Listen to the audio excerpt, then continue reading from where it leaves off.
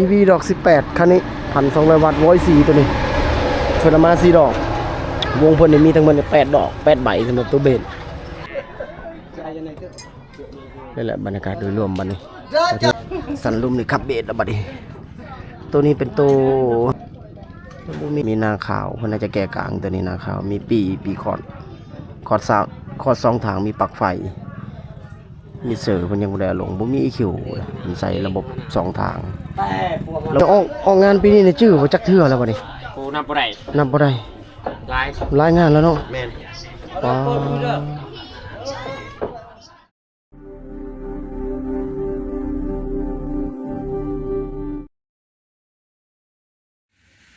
สบายดีพี่น้อง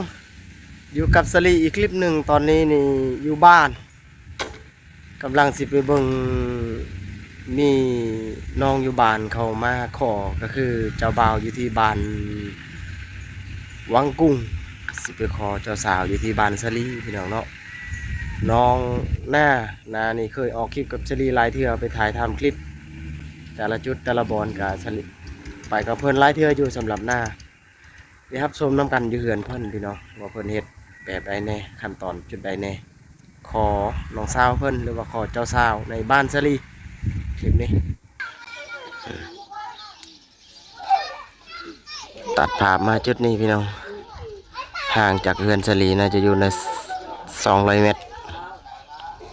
บ้านสลีนั่นแหละเฮือนเจ้าสาวหรือว่าเฮือนที่เขามาขอเจ้าสาวในจุดนี้แหละขั้นตอนนี่แหละพี่น้องบางส่วนบางตอนนะสลีก็ถ่ายให้เห็นอยู่สำหรับบางปีนะ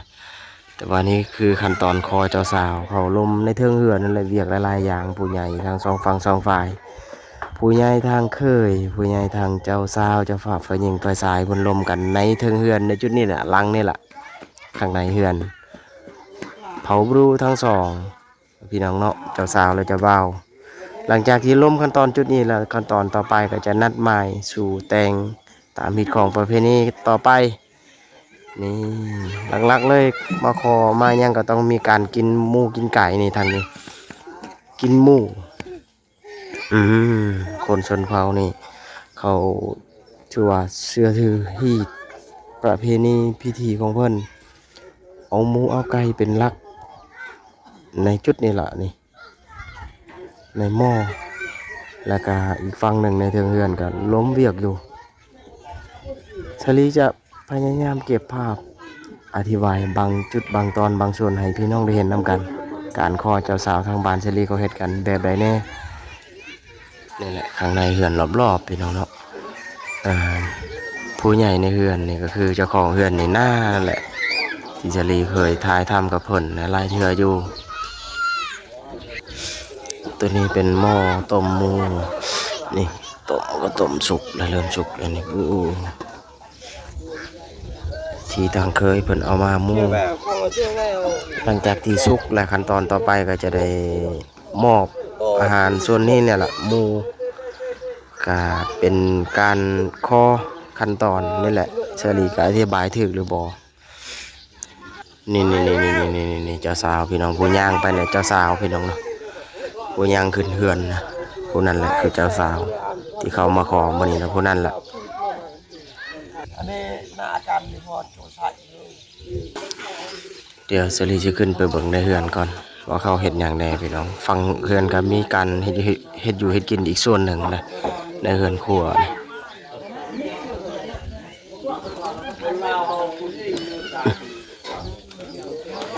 ขึ้นไปในเฮือนก่อนบัดนี้แขกคนนี่หลายเด้ก็ลมเวียกมาเบิ่งทางเฮือนครัวก่อนเฮ็ดอยู่เฮ็ดกินเฮ็ดอาหารในป้าทางนี้เพิ่นเฮ็ดกิน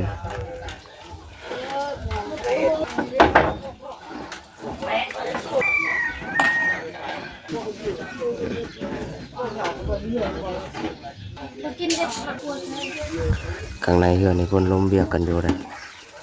ตกลงการคอการล้มกันระหว่างสองฝั่งสองฝ่ายนี่ถ่ายภาพให้พี่น้องได้เห็นบางส่วนนี่แหละการคอเจ้าสาวขั้นตอนเกิดขึ้น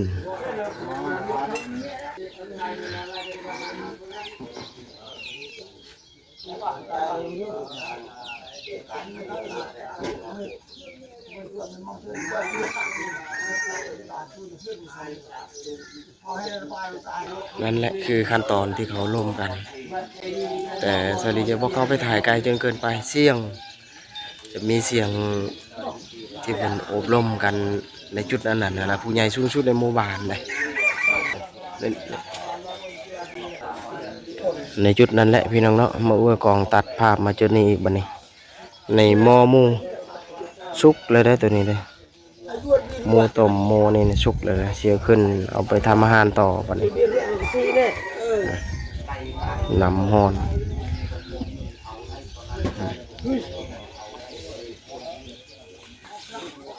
เจ้าสาวผู้นี้แหละเจ้าสาว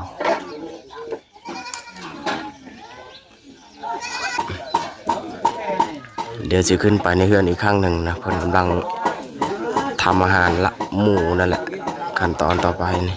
อันนี้หั่งต่อในเฮือนเพิ่นนี่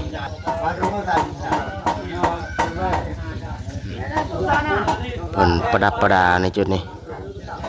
แต่ว่าปะเลยนี่แหละเจ้าของเฮือนเพิ่นหน้าย่างไปย่างว่าอยู่เวียกโซโลมอนตัววาซาลีหั่งต่อนั่นนี่แหละนี่ปะแล้วเลยเพิ่นน่าจะเอามาแต่ป่ามาตกแต่งมาไว้ในจุดนี้นี่ต่อน่าจะเป็นต่อหัวเสือต่อหัวเสือมาเบิ่งฝั่งนี้ก่อนฝั่งนี้เห็ดลาบผักลาบอยู่อาหารหมู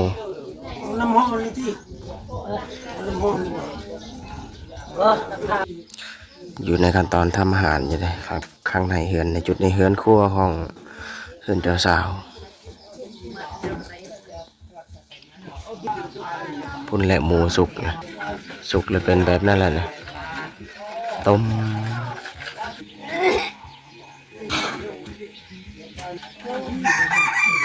ตอนนี้อยู่ในข้างในเฮือนเดี๋ยวเราจะเห็นในเบื้องภาพอีกส่วนหนึ่งผมกำลังลมในจุดนั้นแหละข้างในเฮือน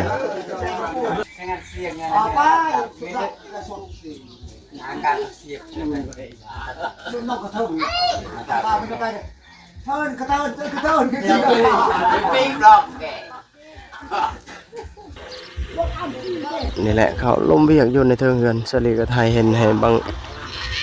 างส่วนบางตอนบางจุดนะสำหรับภาพนั่นคือผู้ใหญ่ทั้งสองฝั่งสองฝ่ายเพิ่น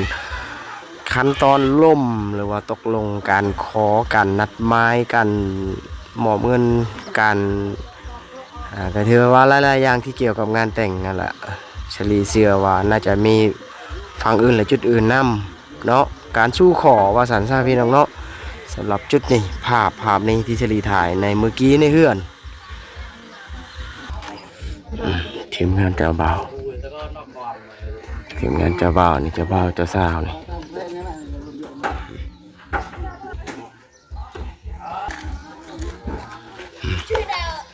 ฝั่งนี้ก็ลมกันส่องเจ้าบ่าวเจ้าสาวบัดนี้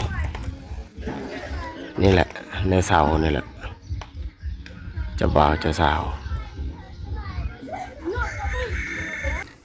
เอาพี่น้องบัดนี้สลีเก็บภาพไม่เห็นบางส่วนบางตอนในจุดนั้น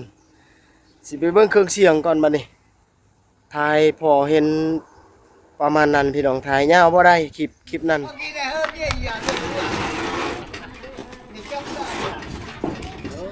เอาพี่น้องบัดนี้ทักถ่ายสบายดีอยู่กับสลีอีกคลิปหนึ่งในจุดนี้บ้านบางบวงหมู่บ้านที่บ่ห่างจากบ้านสลีต่อจากคลิปเก่าก็คืออยู่เขตพะลองบ้านสมเปื่อยน้ำในคลิปเดียวมี2บ้านแล้วก็มี2จุดของวงของอันเตยฟ้าเฟิร์นเพิ่น2จุดนะจุดที่2ก็ดอก21หรือ21สำหรับเครื่องเสียงเพิ่นมาต่อในชุดนี้ BV 8ใบบ่มื้อนี้4มา4ดอก BV มื้อนี้พี่น้องเนาะอีก1คลิปงานกินดองอีก1จุดบัดนี้ทักทายสบายดีใส่เครื่องเสียงแล้วก็ใส่สินสอดในงานแต่งนำ BV ดอก18คันนี้ 1,200 วัตต์104ตัวนี้เพิ่นเอามา4ดอกวงเพิ่นนี่มีทั้งหมด8ดอก8ใบสำหรับตัวเบส สียงกลางมี1กลาง1แหลมหน่วย1ต่อ1แหลม1กลางดอก15ดอกรุ่นเดียวกันหมดสำหรับเสียงกลางเบสนี่ตั้งแล้วทางนี้ฟัง power amp ก็ลงแล้วสลีเปิดคลิปในชุดนี้เลยพี่น้องนี่ลงแล้วบัดนี้ฟังใน2ใบ2ดอก18คันนี้เนาะแล้วก็ฟัง power amp 2แท่นสันลุมนี่น่าจะขับเบสสันลุมนี่ขับเบสแล้วบัดนี้ตัวนี้เป็นตัวนี่บ่มียี่ห้อระบุเลยบัดนี้ตัวเล็กบ่ฮู้คือกันว่านั่นเป็นแอมประกอบนะพี่น้องนะตัวนี้โมยกมีนาขาวเพิ่นน่าจะแก่กลางตัวนี้นาขาวมีปีคอร์ด2ทางมีปลั๊กไฟมีเสือเพิ่นยังบ่ได้ลงบ่มี EQ เพิ่นใส่ระบบ2ทางระบบ2ทางเพิ่นใส่เครื่องเสียงตัวนี้เอาบัดนี้รีวิวเครื่องเสียงวงนี้ถือว่าเป็นวงใหม่อีก1วงที่สรีไทยทำน่าจะเป็นคลิปที่3หรือคลิปที่4นี่แหละสำหรับวงเพิ่นนี่ BV สูตรใหม่วงเพิ่นนี่อากาศก็ถังยังบ่ฮอดปีซ้ำพี่น้องวงใหม่เสียง BV ก็ออกแนว BV ล่ะออกแนวแบบตึบพี่น้องแตกต่างจาก F ฮอนแตกต่างจากออเดอร์เก่าในคลิปหลังเอา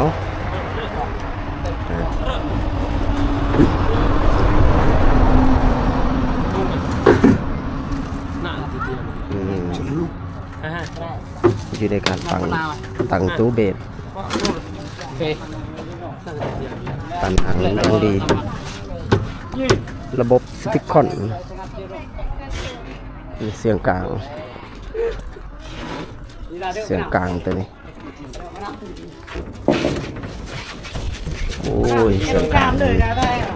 ดอก15ระบบติดเลยนี่2ดอกเนาะพอได้ถอด โอเคอยู่เอา2ดอกแหลม4กลาง4ก็คือมาในระบบ4x4แล้วบัดนี้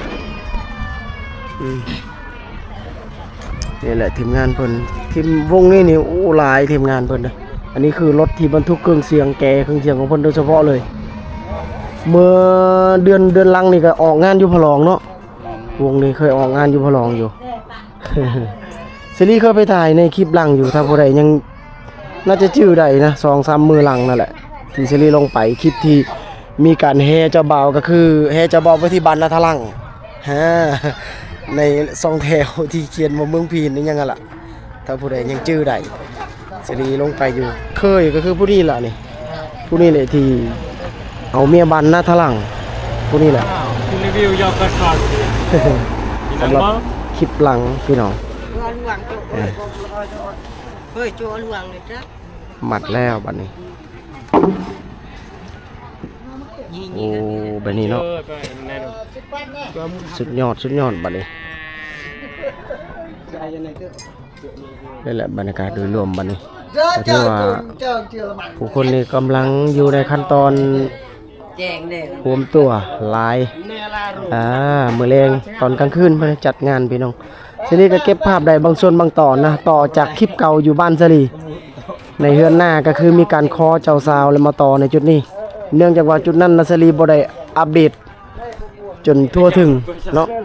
โอกาสมีให้ถ่ายน้อยหนึ่งสลีไปทางอื่นก็เลยมาต่อในจุดนี้เป็นมือใหม่เนี่ยนี่นะต่อเป็นคลิปเดียวเลยจากบ้านสลีแล้วมาต่อในจุดนี้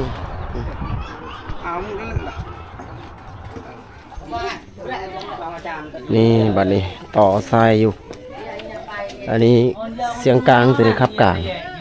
สเนลละ2ดอกระบบ2ทางสันลุมนี่แกเบสนี่ล่ะบัดนี้ดิเซอร์เพิ่นทางนี่ดิเซอร์เพิ่นนี่แล้วก็สายไฟบัดนี้ต่อไฟบ้านบัดนี้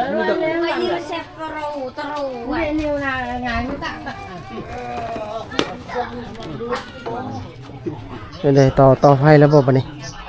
ไฟเข้าแล้วบ่ยังเนาะโอ้บ่ยกต่อแล้วบ่บัดนี้โอเคบัดนี้ต่อแล้วบัดนี้เอาบัดนี้เกียมไฟเข้าบัดนี้สิได้แซกเสียงนี่แหละทีมงานเพิ่นปีนี้เนี่ยออกงานปีนี้เนี่ยชื่อบ่จักเทื่อแล้วบัดนี้ กูนับบ่ได้ นับบ่ได้ หลาย รายงานแล้วเนาะ แม่น อ๋อเอาบัดนี้สิเปิดไฟแล้วบัดนี้เอา เปิดโหลด สิได้แซกเสียงไปนำพี่น้องบัดนี้นี่แหละระบบ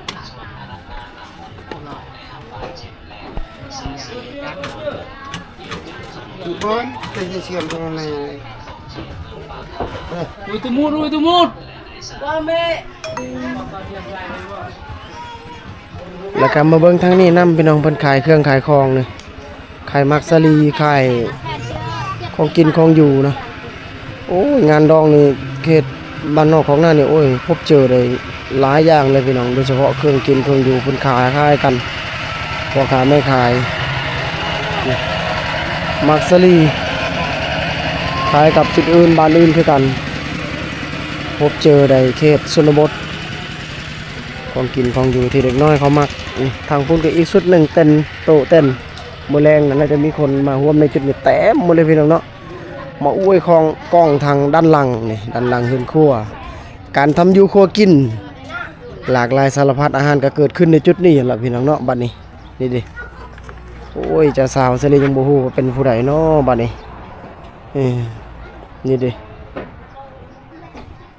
นี่เตาฟอกเตาไฟของกินของอยู่ก็วางในจุดนี้แหละนี่หม้อหนึ่งข้าวต่างๆนี่หม้อหนึ่งข้าวใหญ่อันนั้นก็ต้มอยู่ทางนั้นนี่แหละเบื้องล่างการเฮ็ดอยู่เฮ็ดกินก็ต้องผ่านลักษณะการดังฟองดังฟืนดังไฟแบบนี้แหละพี่น้องเนาะนี่อีกเรื่องราวจุดหนึ่งที่จะรีอัปเดตในจุดนี้คือบ้านบ่วงพี่น้องต่อจากคลิปเก่าอยู่บ้านสลีประมาณ7 นาที 8 นาทีนี่แหละในเฮือนหน้าขอเจ้าสาวเนาะแต่สลีเนื่องจากว่าคาเวียกบ่ได้เก็บภาพจนโหดขั้นตอนแต่ละอย่างแต่ละจุดเอาประมาณนั้นขั้นตอนขอน้องสาวหน้าตามที่สลีได้เห็นถ่ายทำในจุดนั้นเรื่องราวที่ไปที่มานั่นคืออยู่บ้านสลีและนี่คืออยู่บ้านบ่วงต่อเป็นคลิปเดียวกันเครื่องเสียงกำลังแซกอยู่บัดนี้กำลังแซกเสียงอยู่ทางนี้ไฟเข้าแล้วบ่ไฟยังบ่เข้าบัดนี้ 30 บาท เอาเปิดแล้วบัดนี้ไฟเข้าแล้วเนี่ยไฟเข้าแล้วเปิด power amp แล้วบัดนี้โอ้บัดนี้ อันนี้คือติดกันเลยเด้อคือบ่หยับออกมาแน่เนาะระบบแบบป้าขยับบ่ได้เลย ปรับตู้ก็สิปรับบ่ได้แล้วเด้อ นี่อวยมาทางนี้ปกติแล่นไปทางนั้นแต่นี่อวยมาทางนี้ เชื่อมเด้อ เอาเปิดแล้วบัดนี้ว้าวตัวใดตัวหน้าขาวนี่บ่ตัวนี้ยังเนาะไปแล้วพัดลมเทอร์โบมาจากนี่เนาะมันเสียงมัน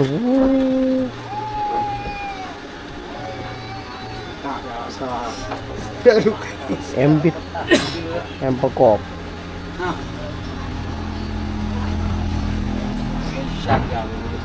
นั่นเปิดบ่ได้เปิดนั่น ก็ยังไงเจ๊ทำยังไงเจ๊อันนี้หมดเจ๊เจ๊หมดอยู่แห้งยืนอยู่อย่างเตะข้าง นั่นล่ะหมดเจ ดีเจ